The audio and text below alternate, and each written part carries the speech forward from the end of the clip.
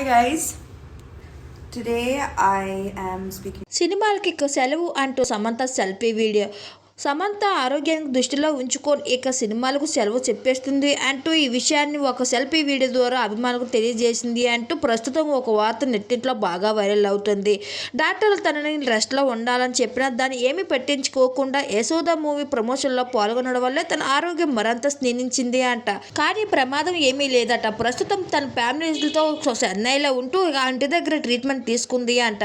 అయితే ప్రస్తుతం ఇలాంటి పరిస్థితుల్లో సమంత షూటింగ్లో పాల్గొనడం మంచిది కాదు. విజయ్ దేవరగణతో కలిసి వస్తున్న ఖుషీ మూవీ కూడా కొంతకాలం బ్రేక్ చెప్పారు. అంతేకాని సమంత పూర్తిగా సినిమాలు గుడ్ బై చెప్పడం లేదు అంటూ తన మేనేజర్ ఒక క్లారిటీ అయితే ఇచ్చేశారు.